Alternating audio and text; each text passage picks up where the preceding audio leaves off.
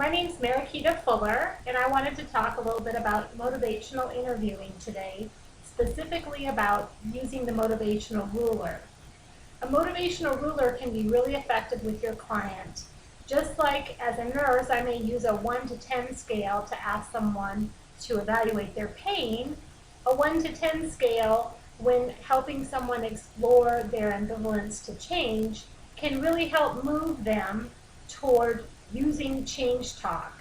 And that is what is going to move your client toward making changes. A 1 to 10 scale is simply asking a client on a scale of 0 to 10, how important is it for you to do whatever the goal is?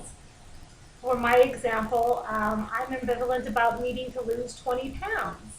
So someone might say to me, on a scale of 1 to 10, how important is it to you, Marakita, to lose that 20 pounds over the next 3 months?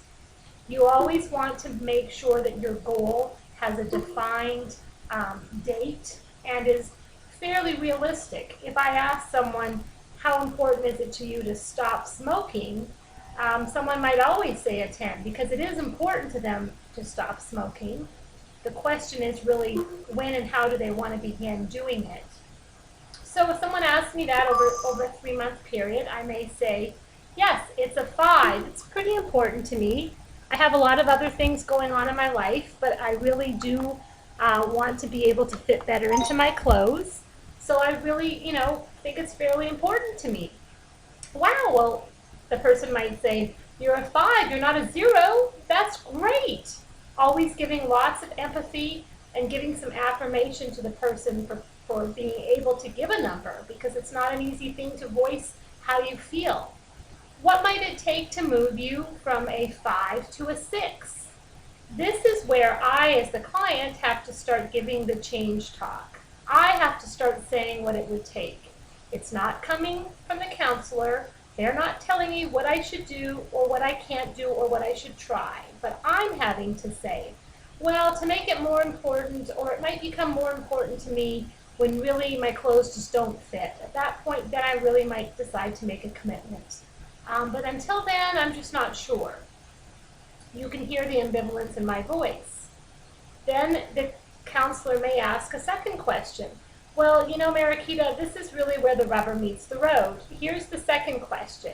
How confident are you that you can lose that 20 pounds within the 3 months that's your target deadline?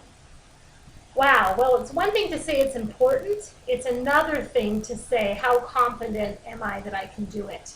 I'd have to say I'm about a 2. I mean, I don't feel like I eat too much. I don't seem to have any time to exercise.